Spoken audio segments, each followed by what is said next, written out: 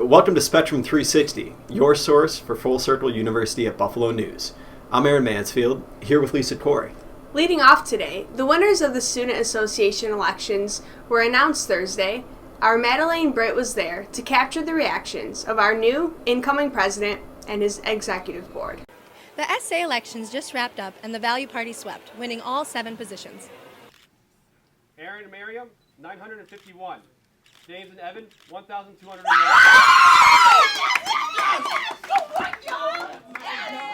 The Value Party hugged and cheered as they found out they had beaten the Impact Party in every position. 2,303 students voted in this year's election. I think that the students elected a great group of people. We're all hardworking individuals. We are all in it for the students, so I think that we can all look forward to a great year next year. Value's presidential and vice presidential candidates, James Ingram and Evan Chen, received 250 votes more than their opponents Aaron Lachelle and Miriam Demande.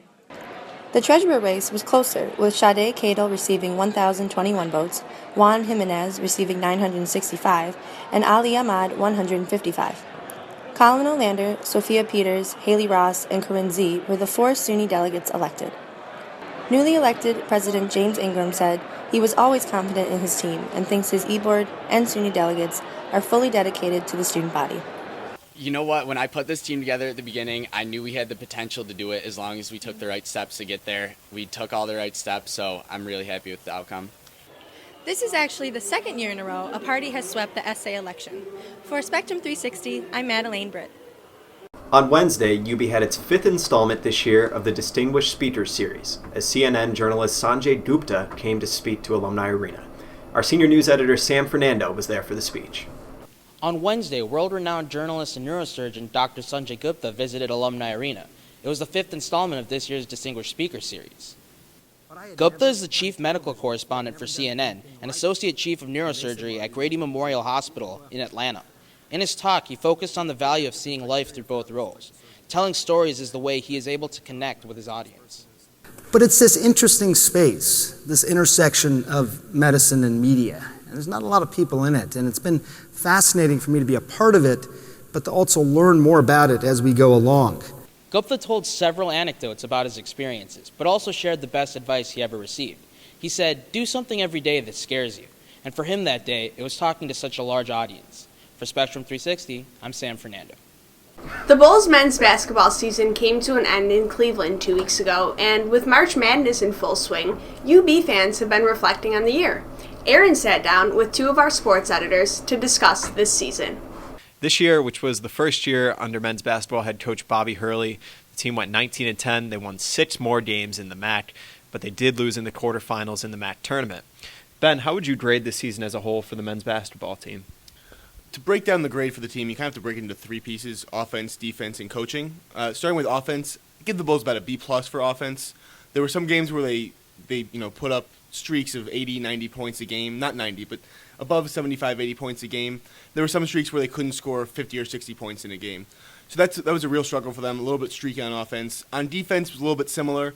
They consistently held their opponents below 70 points, but when they allowed more than 80 points, they were 1-5, which was a huge problem for them in high-scoring games. The one game they did win was a 96-90 victory over Akron at home.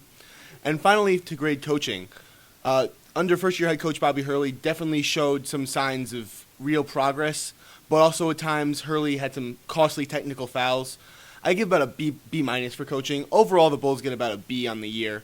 I think they definitely took a step forward from last year, and it's going to be a struggle next year after graduating some seniors. But under Hurley and some of the guys they have coming in, it could be a promising year next year. Talent alone is not enough to take you to a championship. As we've talked about, it was the first year as a head coach, and I think to expect him to come in and win a championship right away might have been a little bit unfair. Ben, you said that there might be some good things in the future for this program. Obviously a lot to like in Bobby Hurley in his first year as a head coach. What does the future look like for UB fans? Well, next season there's definitely going to be a step back, like Aaron said, with all the graduating talent, including Javon McCray, Josh Freelove, Gerard Oldham. But I think coming up next year, they have a strong recruiting class coming in. Definitely, like I said, definitely a step back. Maybe they'll host a first-round MAC game next year. Definitely not going to get a bye, but there's some bright things coming up the next 2-3 years. To see the full video of their chat, visit ubspectrum.com. It was great to talk with the guys about my final year covering basketball here at UB, and I'm feeling a little bit nostalgic today, as this is also my last semester at UB and with the Spectrum. On Sunday, our newspaper elected its next editor-in-chief, Sara DiNatale. My name is Sara DiNatale. I'm from a local suburb, Lancaster, and I've worked at the Spectrum going on 3 years. I wanted to run for editor-in-chief to ensure the longevity of the Spectrum. I have a lot of passion for this publication, a lot of passion for journalism, and I really wanted to ensure the Spectrum had a strong future at the University of Buffalo.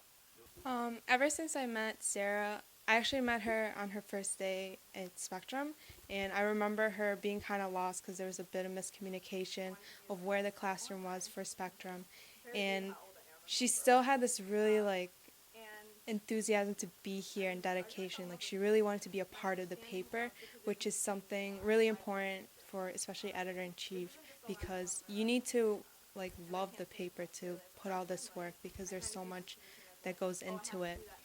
And she's always very professional ever since I met her. I'm looking forward to coming back and working with Sara next year. We're bringing back a very powerful staff. Photo desk is looking strong, and really looking forward to getting more into multimedia. A lot of my goals going into next year are multimedia based. I really want to ensure the Spectrum is changing with journalism and how it's changing. I want to ensure that our newscast continues to be strong and consistent, and I want to be sure that our content on the web also has photo galleries, hyperlinks, and the types of things that we kind of need in multimedia journalism today. The Spectrum's won 14 national awards in the past 3 years. But I believe that next year's product with Sara in command is going to be the best one yet. I remember sitting right in the spot that I'm in now 2 years ago, talking about some of my plans for becoming editor-in-chief, and I really had no idea what the job encompassed. Sara's completely prepared for it. She's been groomed all throughout her career for this opportunity, and she's going to take advantage of it. So UB should definitely keep its eyes open for the best version of the Spectrum yet next year. On behalf of the Spectrum, we'd like to congratulate Sara and wish her the best for next year. It's going to be really tough for us to say goodbye, and especially for me after having this position for 2 years and working here at the Spectrum for 3.5. But I have a lot of confidence in Sara, and I'm excited to see her take over. Me too. And the year isn't quite over yet. We'll have a lot more news coming next week, so be sure to catch us right back here. And be sure to pick up the Spectrum's print edition Monday, Wednesday, and Friday. You can find all of our content online, watch our videos, and listen to our podcasts on ubspectrum.com. You can also find up-to-date news always on our Facebook and on our Twitter. And I want to thank you for joining us this week. We'll see you right back here next time on Spectrum 360.